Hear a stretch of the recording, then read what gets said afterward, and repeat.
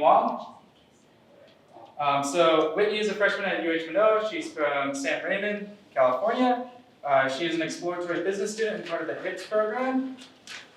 Whitney is planning on majoring in entrepreneurship and hopefully wants to own a business where she can take and surrender for stray dogs in her community and find them loving homes.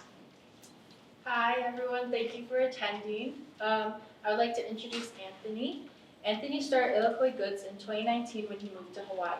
He specializes in sewing together multi-panel hats and always challenges himself with the usage of different fabrics and materials.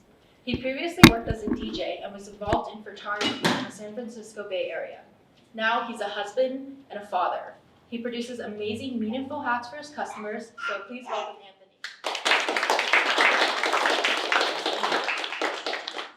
Hi everyone. So thank you so much for being here. Hi. Hi. So let's kind of get right into it. So what inspired you to become an entrepreneur and start Illikoi Goods? Yeah. So as you guys can see, I'm a hat maker. I've always been obsessed with this accessory just because I have really thick like Asian hair, and if I don't do my hair, it's just like a fro. And so I wear hats all the time. And I used to climb a lot and go camping and do a lot of outdoor activities.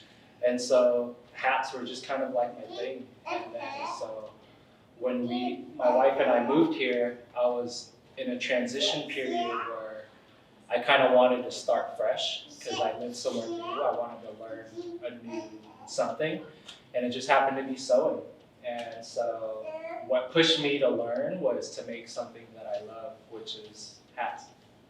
How many hats do you have? Before we moved here, I probably had like 50 plus. Wow. Yeah, but I didn't collect them just to look at them. I would actually wear them, so they were all like, used and sweaty and stuff. Yeah.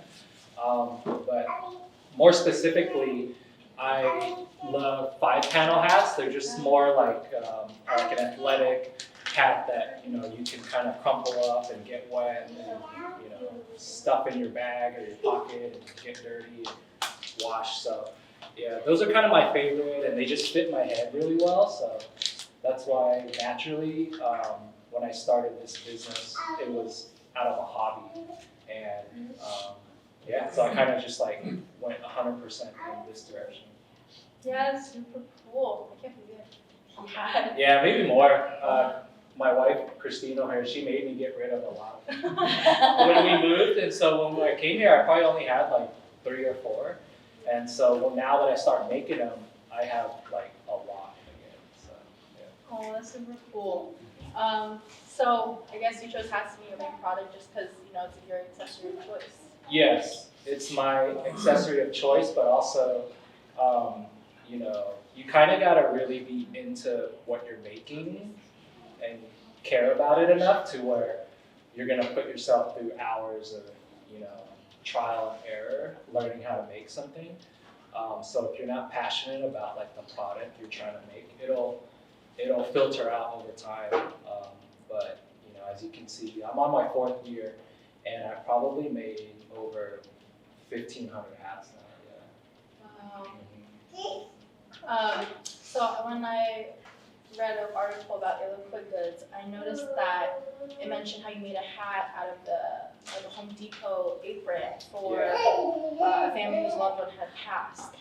Can you tell us more about how projects like those impact you, and if you want, if you're comfortable with maybe sharing other memorable projects just like that? Yeah, so I provide this as a service too for people who want to, send in their garments for me to transform. And so what Whitney's talking about is I had a customer send in, or they came by my house to drop off an apron. It was, the orange Home Depot apron that the employees wear. But it was all cut up, like it was all jagged. And all they told me was that it belonged to their family member who had passed away.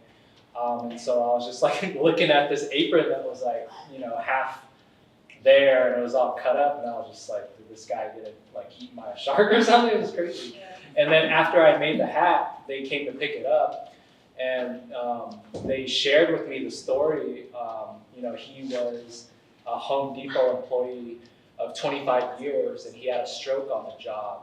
And the paramedics came, they had to they cut off everything you're wearing to, administer help. And so the only thing they had left, from the last time he was alive was this apron. And it, looking at an apron that was all jagged and cut up just kind of brings like traumatic feelings. Yeah. And so they gave it to me to turn into like a hat, which now they can use to kind of honor him, so it just looks like an art piece that lives in their living room.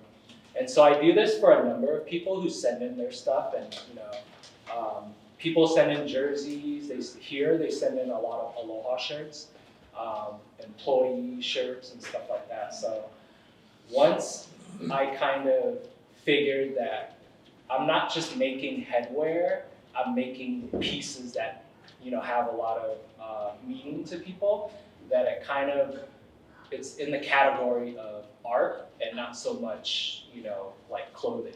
And so because of that, because I'm making like one-off, very special pieces, those are kind of like priceless. So once I figured that out, I had a better idea of how I can actually make this like a legit business and be able to make one-off pieces that's more artwork than product that people will pay like large amounts of money for. And so I've been doing a lot of stuff like that. So yeah. Yeah, I think it's a great way to give back to your community and provide those families with that kind of keepsake. That's really nice. Yeah, so how women, older women will turn like a pile of t-shirts into quilts. I kind of do that in hat form because a lot of people aren't really going to use quilts, but like people will more likely wear a hat. So I've done pieces where like a family will send me different garments, like mom shirt, dad's pants, like kids, whatever, and I can combine it into like a bucket hat. Or I'll turn a toddler jacket into a hat that the kid can grow into and just kind of keep for the rest of their life. Yeah, that's so cool. Yeah. So I know we kind of talked a little bit about the process of your hat making, but for everyone, what's your process from start to finish in the production? So how long does it take? Yeah, so I do everything from conceptualizing to designing and buying, sourcing fabric, cutting. I do everything. So start to finish, if you include all of that, can sometimes take like an entire day just for me to think of how something's going to look. But once I have the design down from cut until finish, probably like 4 hours, 3.5 hours to 4 hours per hat. And if it's something more complex, it can take like a number of days. Yeah. So it kind of varies depending on the piece that I'm making. And where do you find inspiration? Like, this is my favorite, the rice. Yeah. Instagram. Yeah. Instagram. So I got inspired to do this because I followed a bunch of people that were turning something into something else. And that's the beauty of social media, is that, if you just follow artists, like you can curate like your feed and see what other people are doing. And so when I saw people, turning rice bags into like a shirt or a duffel bag or whatever, it just got the wheels turning. And so I decided like it's kind of a no-brainer. And then so I started sourcing rice bags. And now I have like a huge collection of rice bags that are just waiting to be transformed. But you look at it and exactly that came from a rice bag. Yeah. And it's super old, like there's some that I have that are 100+ years old. Wow. Yeah.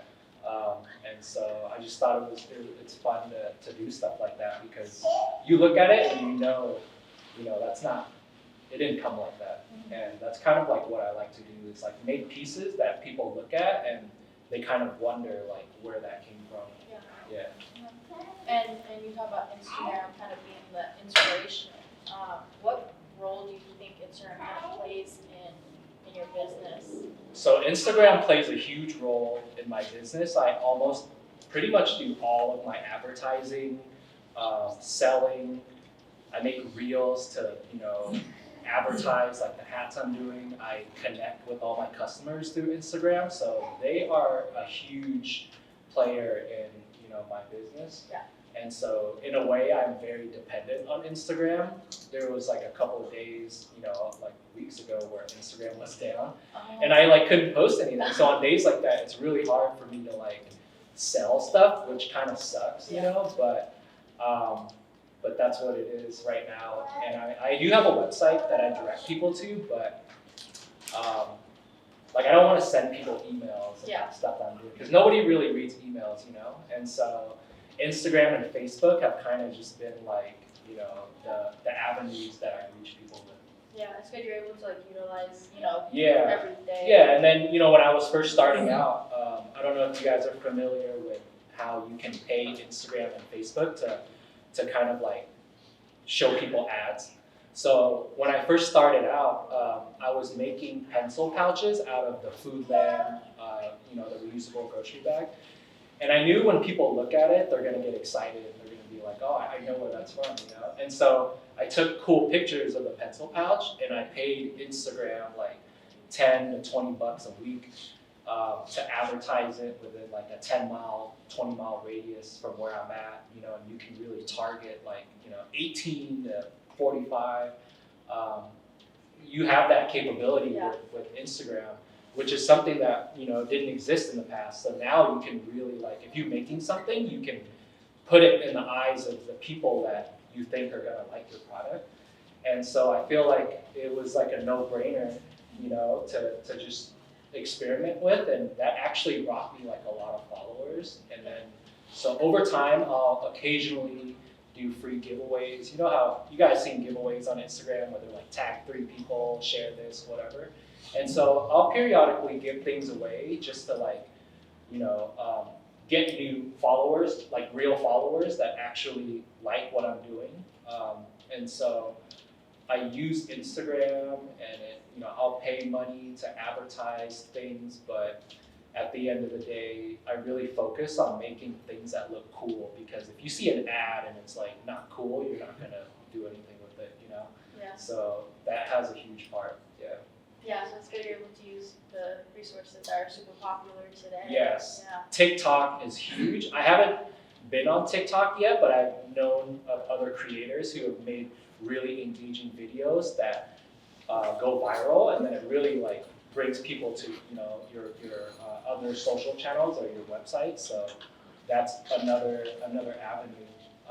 But in this age of social media, with the advertising, I feel like you can make anything popular because you can really pinpoint your customer base. And so that's pretty much what I've been doing for the last 4 years with my business.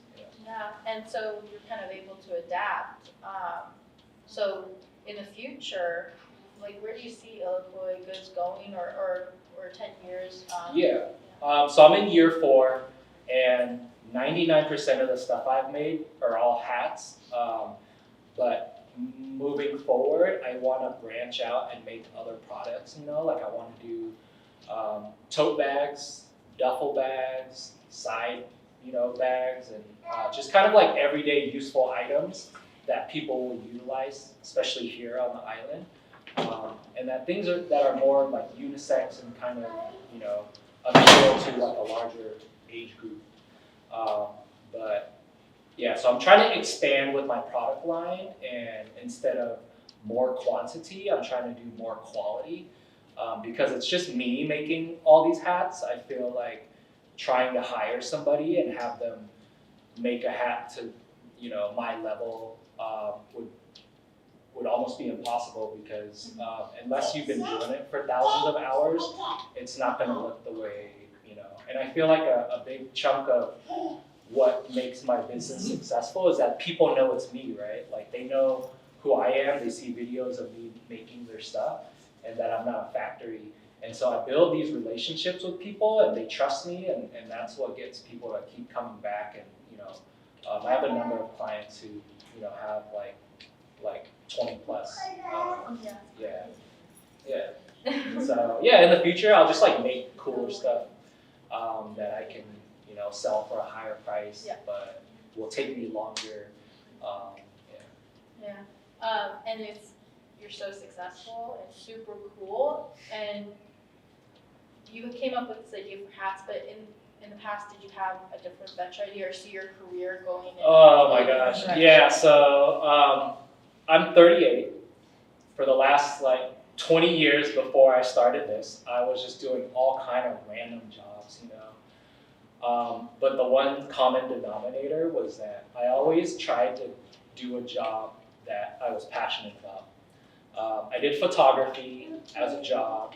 I worked at a rock climbing gym because I love climbing.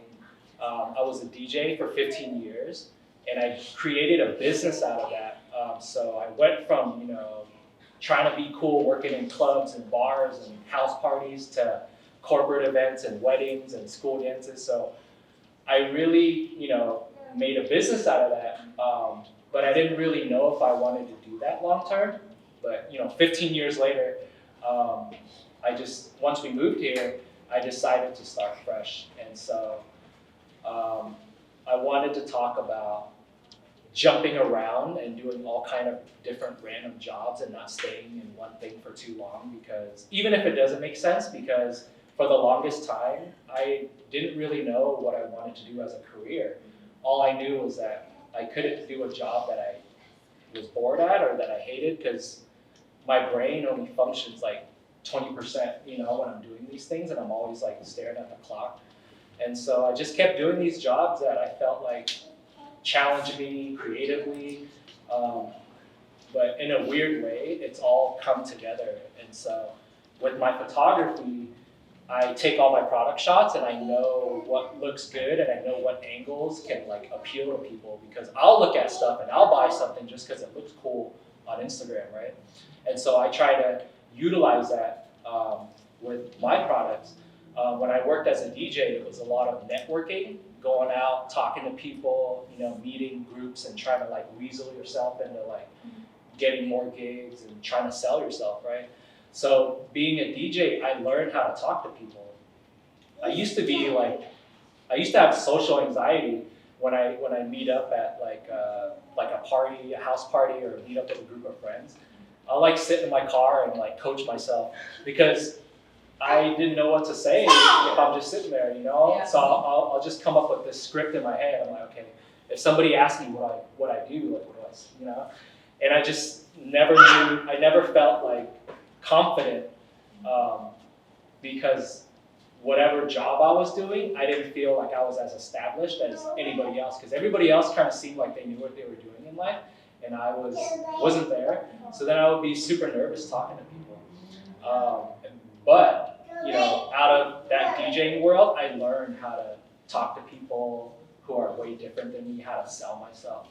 And then working at a climbing gym, I learned about functionality with hats. You want something that's breathable, that's comfortable, that can get dirty, and so working in that outdoor world really taught me, to make things that are really strong and will last and can get wet.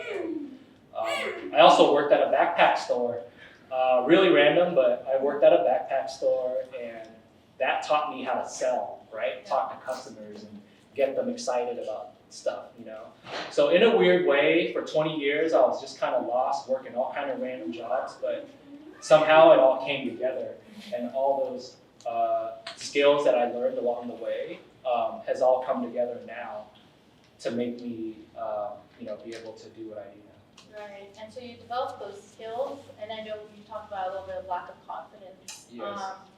So when you were coming up with this idea and when you moved to Hawaii, did you have that idea in the back of your head that I could totally fail? Did that ever make you want to put off starting this, or? Yes. I still have that feeling that I'm gonna fail. I don't know what next month is gonna look like, or next year. I'm working on just faith, right? That people are gonna buy my stuff, and that I'm, and so there's a lot of uncertainty. When I first moved here, I was flying from here to California every couple weeks, because I'd have gigs in California, and then I'd come back here and try to figure out my life here, right? So I was doing that for a number of months, And then the pandemic happened, and like there were no events to DJ. And I was part-time doing modeling gigs for like REI and backcountry, so it was just kind of random. I was just like trying to make money in California, but come here and try to figure something out. I wanted to be a professional photographer when I moved here. And for some weird reason, I just was like, I'm gonna learn how to sew. And when things kind of spark my interest, I just like go full force, you know, because you never know. And I know a lot of people have thought of great ideas, and if you don't act on it, they kind of just die out, right? So I kind of make it a point that if I get really inspired about something, I give it a chance, because you never know what that's going to turn into, right? Yeah. And so, the fear of failure can really paralyze a lot of people, because I used to be like that, you know. I'd be like, I got this great idea and I should do this and that, but you know, like you can talk yourself out of doing a lot of things, you know. And as an artist, I think there's a stigma that, you know, artists are sensitive and introverts. They're not used to being out, and you know, and so if I make a cool hat that I spent a week on and then people reject it, that might make me want to quit. You know, and I've had thoughts of that when I feel like, oh, this is going to be so sick. I'm going to post it up. It's going to sell immediately, and it just sits there for like a week. I'm like, dang, should I just quit and just, you know? Yeah. But I powered through those feelings, you know, and then somehow when you power through it, you hit like a peak when people love your stuff again, because you know, when you're selling things, there will be random reasons why your stuff isn't selling. But if you stay true to like what you do and what you love, you're just gonna do it regardless. And so that's just what I've been doing. Yeah, and I brought that up because, you know, I want to go into entrepreneurship Yeah. and we are PACE. There's probably some entrepreneurs in the crowd. Yeah. And so I know the idea of failure like really deters people. Yeah. So it's a good message you have to kind of follow your passion and kind of put your heart into it. Yeah, and it's like a muscle, you know. The more you put yourself out there, like me sitting here talking to you guys, like it's not like the most comfortable thing, right? And I used to be a lot worse than I am now, but I just keep doing it. I started this thing where I just keep telling myself if something scares me, and like my wife and I do this, if it scares you, just do it, you know? So over time, I've gotten addicted to the feeling of being nervous, as weird as that sounds, you know? Like when my heart's racing and I'm like, oh crap, you know? Like I like thrive off that feeling now. Yeah. And so when I put stuff on Instagram, put photos of what I'm making, I don't even care anymore, you know? But it used to not be like that. But I think with other entrepreneurs, if you love what you do, you're gonna do it regardless. And especially with social media, there's gonna be people that rock with your stuff and people that don't. But you know, you just do it. If it wasn't like something you actually enjoy, it'll be so much easier to quit, because any normal person's gonna quit something that they're not feeling anymore. But you kind of got to be a little bit crazy about the idea that you have, and that's what's gonna like push you, you know, to like take risk and just put it all out there, and then, you know, high risk, high reward, right? And so, yeah, so fear is definitely a barrier, but confidence comes with the hours you put in, right? I spent thousands of hours like trying to master this thing, so over time, my confidence just rose. Even if people don't like my stuff, I'm already like, I don't care, like I love my stuff, you know? And when people know that, they're like, this guy's all about what he's doing, like I like that, you know? Because I follow people that same way. Like I love people who are like obsessed about like what they do. And so I kind of just try to share that information that like nobody is super confident about what they're doing. It's just kind of like fake until it turns into a reality, right? Yeah. I really value that because, Yeah. you know, we talked about this like when you came in, how, you know, we both kind of show confidence. Yeah. And so it's great advice for anyone who's in the same boat. Yeah. Yeah. Fake it till you make it. You know, it's totally true, because I used to hate public speaking, and I just did it so often that like my heart's beating super fast right now, you know? Yeah. But I am enjoying it, you know? Like I am just like, I'm doing it, you know? And it doesn't paralyze me anymore, because I just keep doing it, you know? Yeah. Yeah. Super cool. Yeah. I know we have Layla over here, and then Christine. How do you kind of balance being a husband, a father, and an entrepreneur? And do you have constant like burnouts? Oh yeah. So right now, I am working more than I've ever worked in my life. I'm like, when I'm not working, I'm like being a dad, also a husband. And so, I have a relationship with my wife. I have a relationship with my daughter. We have to do things as a family. And then I have customers who I need to tend to and products that I need to make. And yeah, it's tough. And I'm still learning how to balance all that. Having a toddler, she's changing every month, so she kind of dictates like how my weeks go.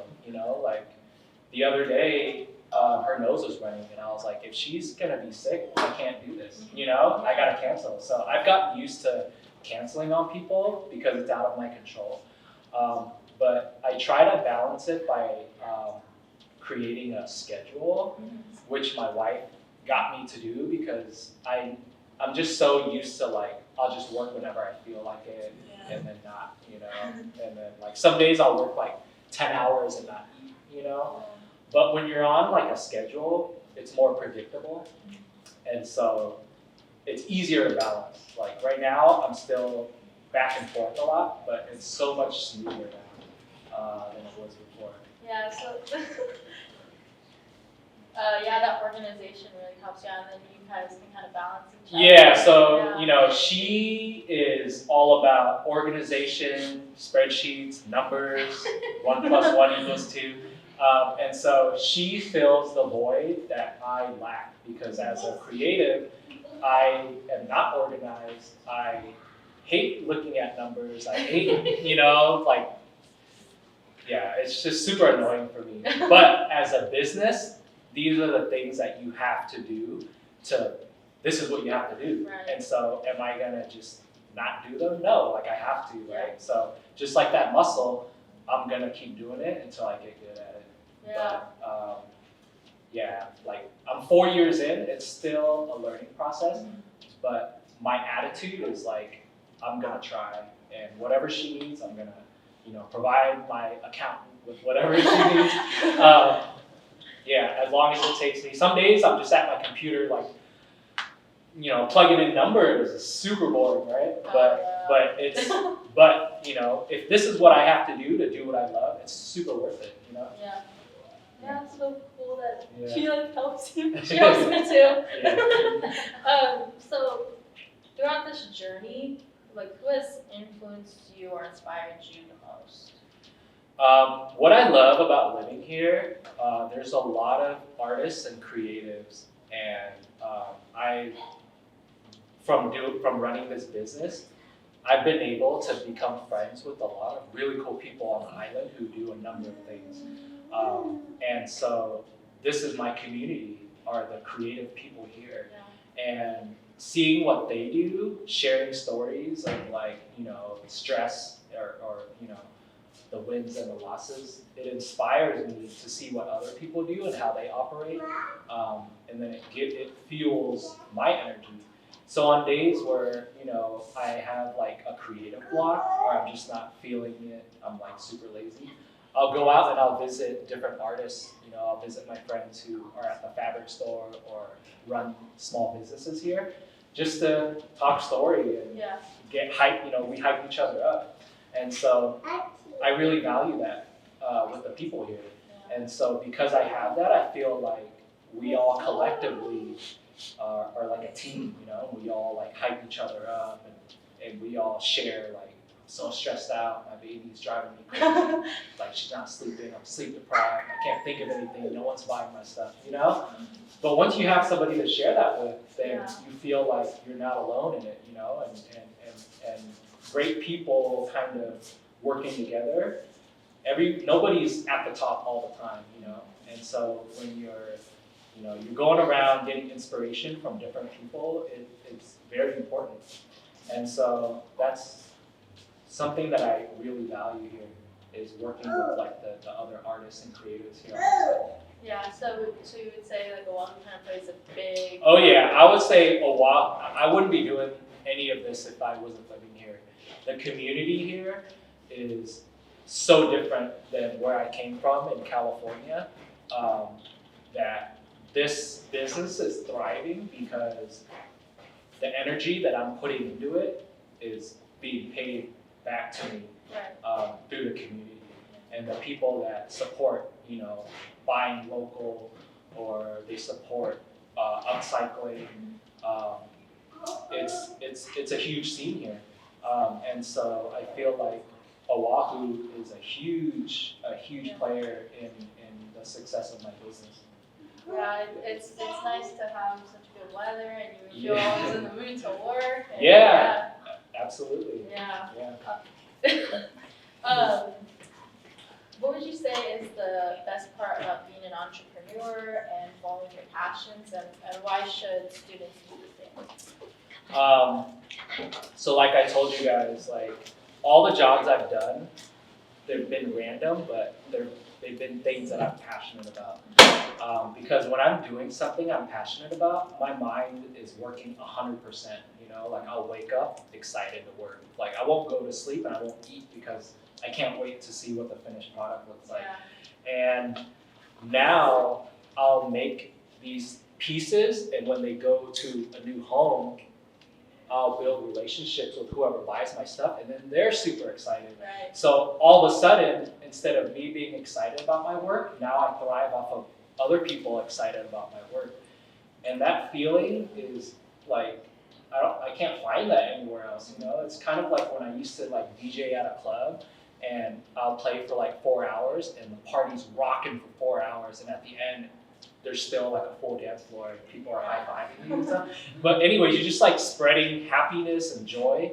It's just like money can't buy that, There's a lot of jobs where you don't get that.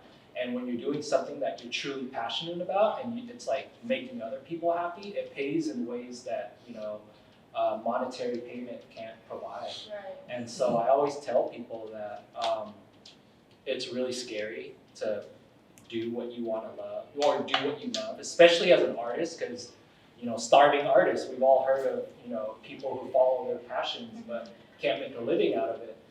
And it's a double-edged sword because there's a lot of artists that, they just want to paint all day, but they can't make a living out of it. Right. But they don't want to work like a job that is like a soul-sucking job, And so, I just want to share that I live such a fulfilled life, right now. I work really hard, but, that quote, like, you do something that you love, it doesn't feel like work, right? There are aspects of my job that definitely feel like work, but for the most part, making art is what makes me, I get super excited about it, and I feel like when people are doing things that they are very passionate about, it shows, and it makes you a happier person, and then you fill yourself with a community of people who are like that, and it'll be really hard to, be lonely and depressed if you, surround yourself. And I haven't always had this, so now that I do, I can't go back, I can't. There's so many people from the mainland that visit here, and when they're vacationing here, they don't want to talk about work. And I almost can't talk to people if they don't talk about work, because all I do is talk about my work, So now I almost can't even surround myself with people who are escaping a life, because I don't have a life that I need to escape.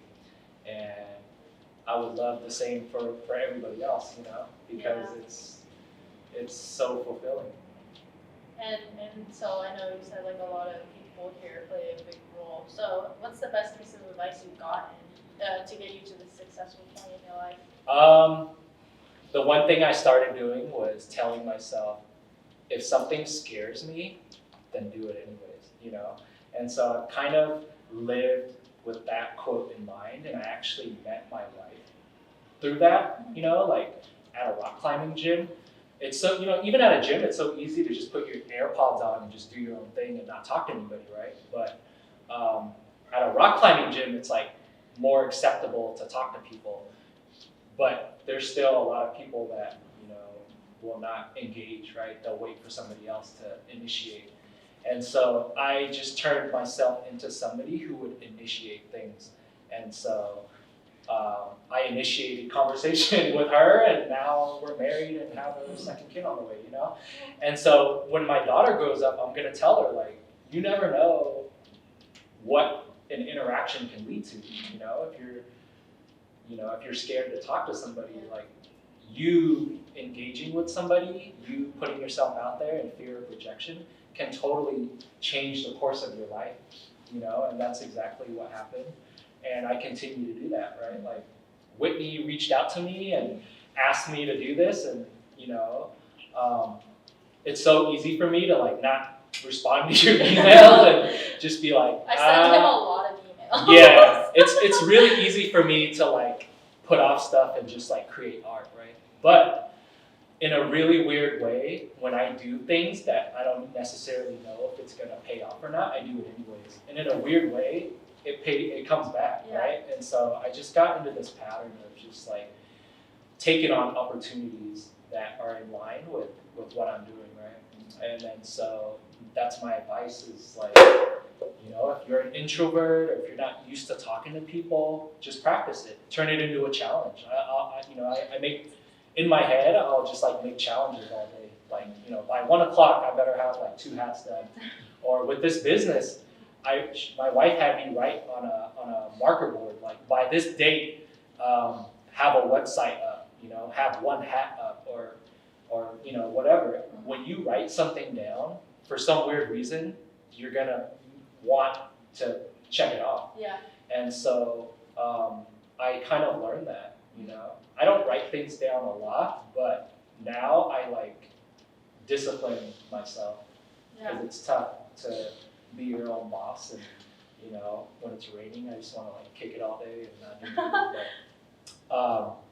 But over time, you just like practice these things and learning how to talk to people is huge. Learning how to network with people is huge. Yeah. Learning how to sell, and not being like a salesman that's annoying. Because we've all encountered people trying to sell us things and we're like, it's not genuine. Mm-hmm. But if you're excited about what you're trying to sell, like you'll be a better salesman, right? And so learning how to talk to people is huge. And a lot of my customers that I sell to, I have a relationship with them through my direct messages or whatever. And I kind of build that connection, and it's really important. And I feel like that's why, avenues like Instagram make that possible. Before, it was like I could just have my hats in a store, and whoever buys them, I don't even know where they go. But now people take photos and they tag, and then I can reshare. And then, they see my daughter. I try to be like kind of personable online. And so you'll see like my daughter on my page a lot. You'll see She's like, so cute. Yeah, because that's my life, like she's, she'll be grabbing my scissors, running around, trying to like play with the iron. And, I'll have to switch back on and off and we'll go for bike rides just because I can't work all day, And I just try to like, I'm like, here, I'm a dad, I'm not a robot, I'm not a factory. And so the more personable I've been, I feel like people enjoy that. And I enjoy that. I like being transparent. Right. But yeah, so did I answer your question? Yeah. Yeah. It's just kind of like just do things that like make you nervous and just, learn how to talk to people because that's a skill that will get you really far in life. If you know how to talk to people and be genuine, it'll pay, like greatly. Right. Yeah. And I greatly value this discussion and you coming here today because you've given so much great advice to all of us. And I actually want to open it up to the audience. Does anyone actually have a question for Anthony? Yeah. Go ahead. What was your first sale, or like, I guess either the first sale or what was your most impactful sale for one? Okay, so when I started this, I was just posting videos on my personal Instagram, I'm like, here's my new sewing machine, here's me sewing a hat. And so my friends and family, they'd be like, oh, that's so sick, like, are you selling that, you know? And so my first like 5 sales were to my best friends and my family, you know? And those are really impactful too, because they build your confidence, you know, when you see people get excited about your stuff. And that's why it's really important to start out with people that are close to you, you know? And like if you were like my best friend, I'd be like, oh, Whitney, I'm gonna start this business. I'm gonna make hats and whatever. So when I tell you about it, it's like signing a contract, right? Like I gotta make it happen. So then when I make it happen, you get excited and then you're like, oh, I'm gonna support you, let me buy your hat, you know? Yeah. And so, yeah, my first sales came from like my best friends. And then that like got my wheels turning and then made me wanna like invest more money into it. And in terms of my most impactful sale, I have a customer in San Francisco who has like 40 plus hats. Yeah, and he's played a huge role in like getting me to make things I normally wouldn't, you know, because now we kind of have this relationship where he gets first dibs at something cool, you know, but then he also gets like, he can tell me like, can you make this hat, but can you put this on the front panel, can you put this on the side? He can direct me, right? And so he'll send me stuff and then I'll transform it, post it on my Instagram, and a bunch of people will like it. I normally would have never made that product, but because I have this relationship with him, now I'm making stuff, you know, being directed by somebody else that is appealing to a whole different crowd. And so along the way, there's been a number of people like that who I make stuff for that have like changed my business. And I don't even know if they know that, you know. And so along the way, I kind of enjoy, you know, it's kind of like a DJ taking requests, right? Like DJs always say, like, I don't take requests, right? But I love taking requests because it's kind of like, you know, if they want me to play Miley Cyrus, who knows? What if it works, you know? And for the most part, like Miley Cyrus would like rock the party, you know? And then over time, I'm like, I never would have played that, but because I did, like now this party's jumping, right? So I try to do that now. I'll take like really odd, weird requests and people pay me to make weird things that get other people excited. And so, yeah, so I'm always looking for, you know, new avenues like that. But yeah, so my first sale is like friends and family, and they got the ball rolling. Yeah. What is like the oddest request? You have really cool stuff though, because my favorite thing is like when you put a zipper on it and we talk about that. Yeah, so like this hat right here was made from a pair of board shorts, Ruka board shorts. And this pocket that you see in the front was the back pocket. And it has a zipper outside, so you know, if you're surfing, this is where you stash like your key or your cash or whatever. And so I like to incorporate like the little details like that, just because when you look at it, you're like, that was a pair of shorts, you know? Like it doesn't look like that was a hat, but you know, it's like, it looks cool like in an art sense, but also functionality, right? Like you can use it, it's a legit pocket, it's got like a zipper and you can stash stuff in there. So I try to do that with like a number of things, like this was made from a dust bag that came with like some Gucci shoes, but Gucci I don't think would ever make like an athletic hat like this, you know. But I try to combine those like different elements and utilize little details that I find on the garments, just to like, you know, 'cause it's kind of like making art, and I want people to look at things and be like, that's not its original form, you know. Yeah. Oh yeah, I had a question. Yep. Oh, by the way, I saw another hat that was made from board shorts, and the backside was like a drawstring. Yeah. That was super creative. Yeah, so the drawstring from the board shorts, right? Like some of them have like a cinch, you know, like a center release buckle, like whatever. And so I like putting that on the back of hats just because, you know, it still functions as like, you know, keeping the hat on your head, but also it looks cool too. When you look at it, you're like, that's a drawstring, you know. And so I like doing stuff like that for sure. I have a question. So that was just my Your comment. I wanted to share. Oh, okay. Since you talked about the board I know you've talked about like getting requests, like your first customers or your family, but you also take like requests from people. How like percentage like wise, like how much do people buy your stuff that you already have established relationship versus how much will buy like cold without any relationship versus how much are requests like you? Right now, I would say it's pretty even. It's like half and half. For some weird reason right now, I'm getting a lot of new followers.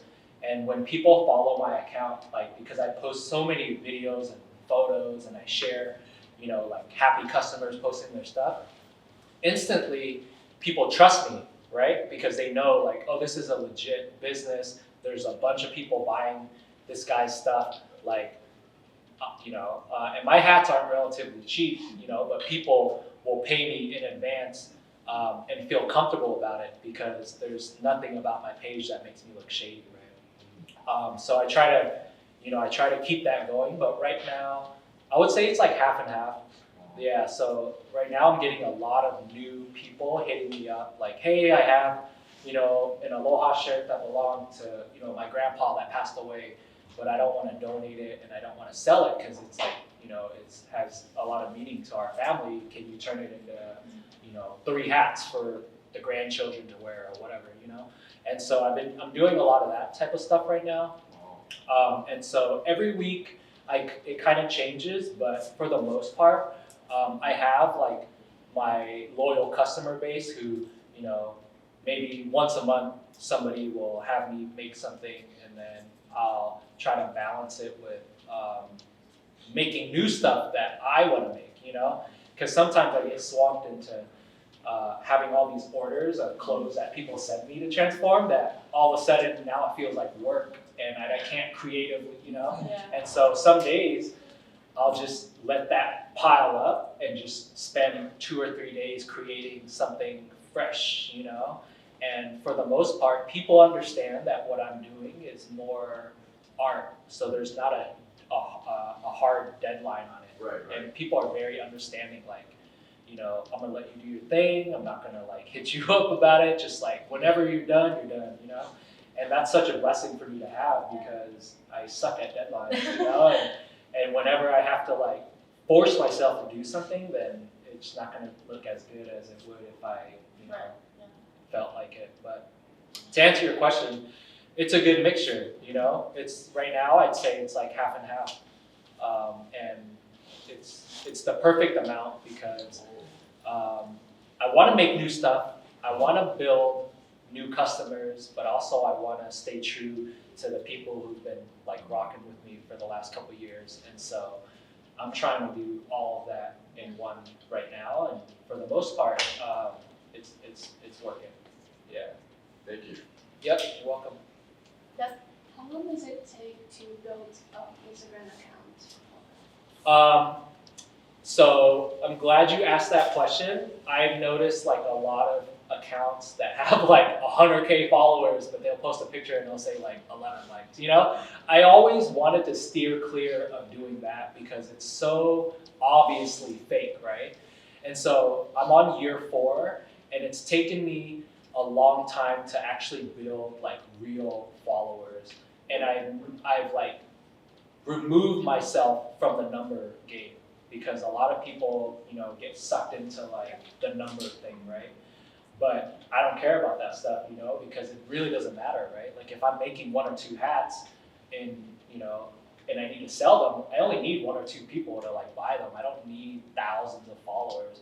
But organically over time, like my following has grown and it's like real people that actually enjoy like what I'm making, And so to answer your question, it took a while for the first like 1,000 people, but instead of harping on the number, I focused on creating cool content that people would like, And because I kind of dabbled in photography and videography and music, as a DJ, I know kind of like what is engaging for people, especially now with the reels. Like, I just want to make cool stuff that people are gonna, if they like it, whatever, if they leave a comment, cool, whatever.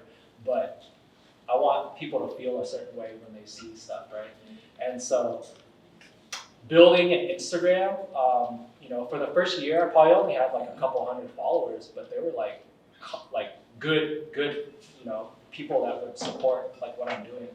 And so over time, I still don't care about like the follower count. I don't care if my post gets like 10 views or 10 likes or 1,000, like whatever, because I know what I'm doing is true to that's what I really care about. And so Instagram is important and building followers is important, but the content is more important than the followers, right? And so you can start out with like 20 people, but if you're making cool stuff that people want to buy, word's gonna spread, and people are gonna share, and it's just gonna organically grow. Could you create your own account, or you hire someone to maintain it? So I do everything. So I created my account. I post. I take the videos and photos. I edit them. I put music on them. I post them. I respond back to DMs. I do everything, because I feel like for me to hire somebody, it wouldn't be at the level that I'm doing, because I really care about it. And I care about how I respond to people. If I hire somebody and they're not as personable as me, it just wouldn't. Yeah. So maybe it's a gift and a curse, because at some point I'm gonna need people to do certain jobs for me. So I gotta like let go a little bit. But yeah, she's always like trying to get me to hire people to hire this person to cut fabric, hire this person to ship your stuff. But I'm so like have things down, like I want everything perfect, that I do everything, And when it comes to content, like this is my world too, Like I love footage, I love like video and music and engaging with people. So right now, I find it really hard to hire somebody to do that for me, and I enjoy it too. Like I love creating stuff and getting people's reactions and all that stuff. So yeah. Do you have any recommendations on resource we can use to build a website? To build a website. So my website I built off of Big Cartel. I don't know if you guys have heard of Big Cartel, but Big Cartel, Shopify, Squarespace, Wix, they're all like the same thing. You pay like a monthly, and they have all these templates, right? So you like pick this template. I like how this website looks. Plug in your name, plug in your photos. That's it, right? So I used Big Cartel just because it was only $20 a month versus Shopify was $50 a month.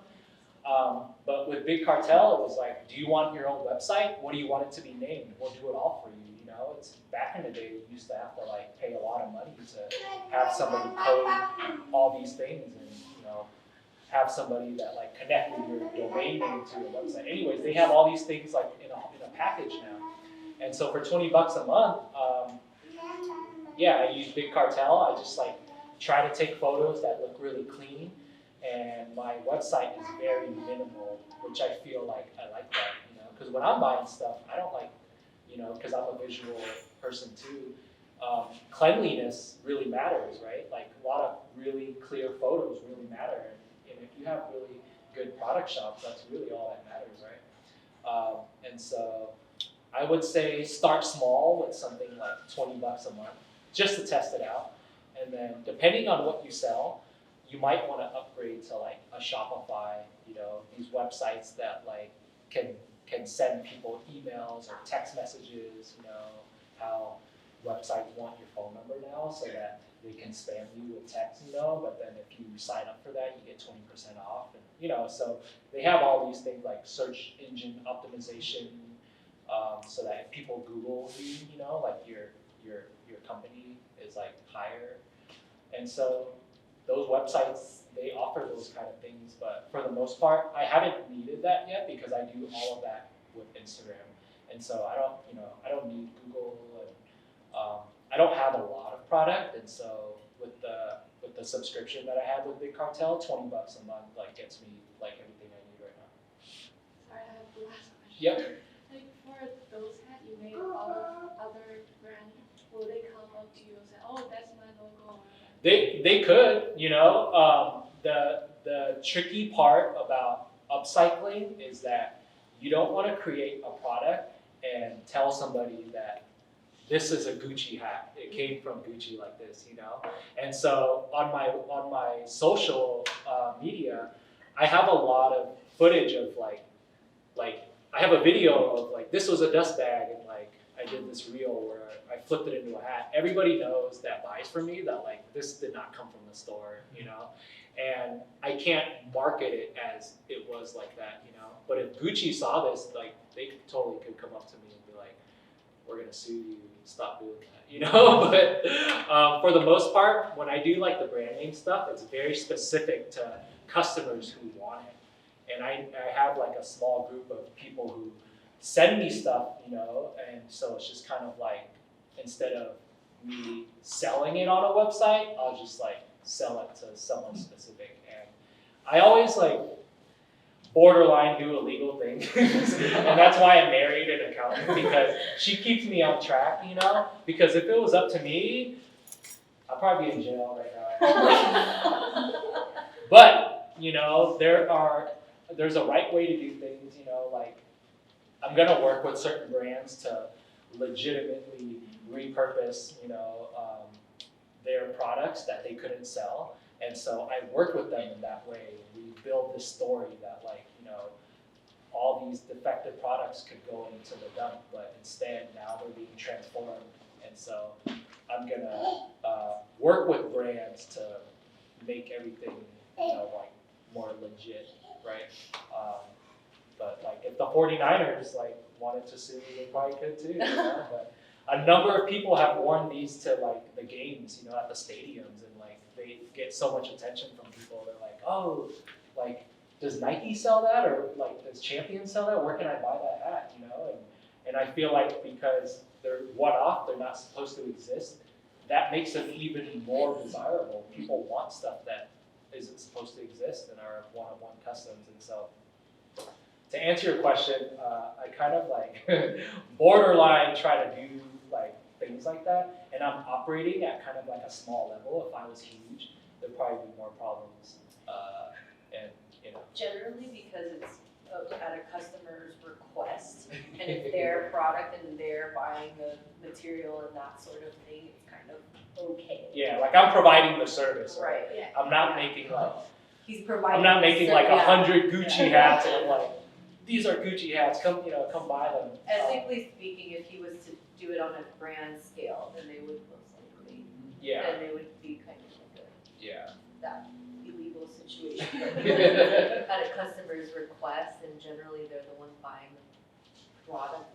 it's okay to repurpose in that sense. Yeah, and for the most part, the brands that like see the stuff that I transform, they get super excited about it. You know, they're And like, they'll repost it on Yeah. their Instagram. yeah. And I am going to work with certain brands in the next coming months that have gotten really excited over seeing me, you know, turn their board shorts into hats. They're like, let's do a project. You know, let's do an eco-friendly like project, and we can like spin a story out of it, and then it's a win-win for both, right? And Yeah, so- that's so cool. Yeah, You're so- expanding. Yeah, so that's what that's turning into. Like talking about legal stuff, what recommendation would you give to people that just start a business, and then what process they have to go through, like what paperwork or contract or like tax stuff? Like making your business legit. Yeah. Yeah, so you can talk to my accountant. She turned my like Illikoi into an LLC. So I have like a legit like tax ID number. It's a legit business, you know. So when you first start out, so let's say that you sell anything, particularly in Hawaii, once you sell it, you are now a sole proprietor. So, and you don't have to register your company or anything like that. You're just now considered a sole proprietor, but because of that, specifically in Hawaii, you have to pay something called a get tax, a G, general excise tax. Either you can, I know, so we're still talking. Yeah, so either you pay that as the owner of that company, or you can pass it on to your customer. So he has So the one really great thing about Big Cartel, as he's saying all of this, is that they pay your general excise tax for you. So we got lucky in that sense that when he became the sole proprietor, everything was kind of taking care of itself, and I really just had to file the taxes on the back end for the income tax, but the GE tax was already taken care of. And so if you want to be a sole proprietor, you can do that, but then the reason I, just as he continues to get larger, and let's say a company does, try to sue him or something like that, when we register as an LLC, they can't come after our personal assets or anything like that, and there's some limited liability. And so that's why, as he started to get a little bit bigger, I registered him as an LLC. So, you really could just get started right now, and it's totally fine. You really can just sell it, and then you will just have to make sure that you're reporting that income. Yeah, so just marry like a CPA.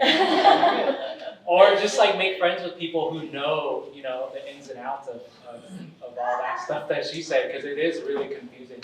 And it's still confusing for me to learn about all that stuff, But just ask questions, ask a lot of questions, and like YouTube is like a wealth of knowledge too. There's a lot of informative videos that talk about all that stuff.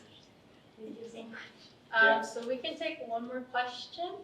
I saw your hand first. So I was just like, I really like how you talked about the fear factor when it comes to starting a business. I feel like that plays a very important role in a lot of people who want to start business. So I was wondering when you start, and I feel like another factor is the fear of uncertainty, just things not going to plan. And so when it comes to your business, in a sense, when things don't go in the way you plan it, and then when things go out of control, how do you deal with that situation? And you also talked a little bit about burnouts, and I was just wondering when you do feel burnouts, how do you keep on going? Because I know for startups, most startups, they fail after 5 years. That's the benchmark. Yeah. So then how do you is it just pure discipline and determination to keep on going and the passion?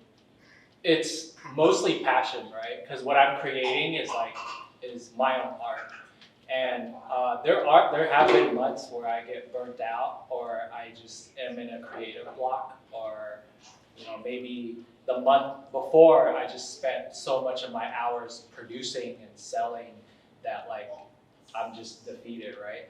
And so like I was talking about, I'll go and talk to other people to try to reignite, my artistic, creative energy.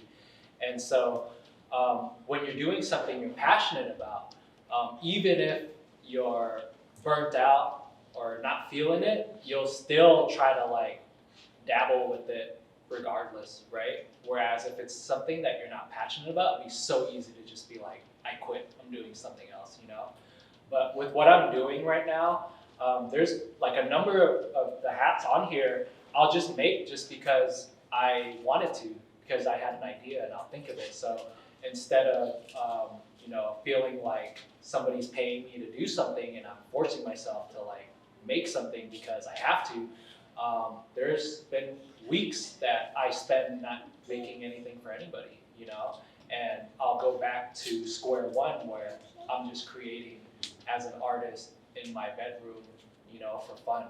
And so I'll watch videos of other people creating. I'll look at pictures of things that people have reworked, Instagram.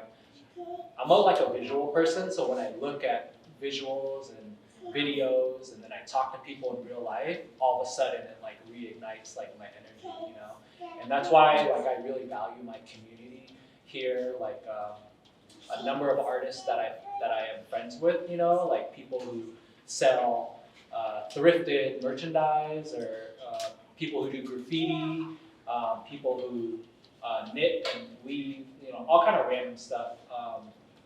I kind of visit those people and share with them I'm not feeling it, life sucks right now, and in some weird way when I do that, it kind of helps me move past my block. But if you're not passionate about it, it's really easy to quit, But yeah, I don't really know why startups like quit after 5 years. Maybe they grow to a level where all of a sudden it doesn't feel fun anymore. So I always try to keep things fun, you know.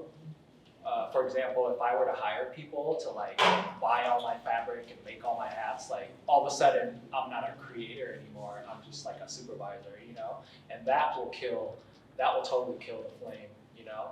And so I think trying to grow and expand, but also keeping it like my art is something that I'm trying to learn how to do, right? Like you guys here, like I want to do everything because I feel like I'm in control. But if I'm gonna expand, I'm gonna have to like let other people do stuff. But yeah, so it's still a learning process for me. But for the most part, I do go through those dips where like it's not fun and I want to quit and I want, you know, and it's totally normal. But yeah, like there's days I'll just go to like stare at fabric all day, you know, or I'll go and look at like a store and just like look at shoes, just to like look at different colors and textures and whatever, just to try to, you know, reignite some type of energy. Did I answer your question? Yeah. Okay, so I'd like to give you a big thanks. I really appreciate you coming, and I know you inspire me, and I know you've inspired a whole bunch of people in this room today. So can we give him a big round of applause?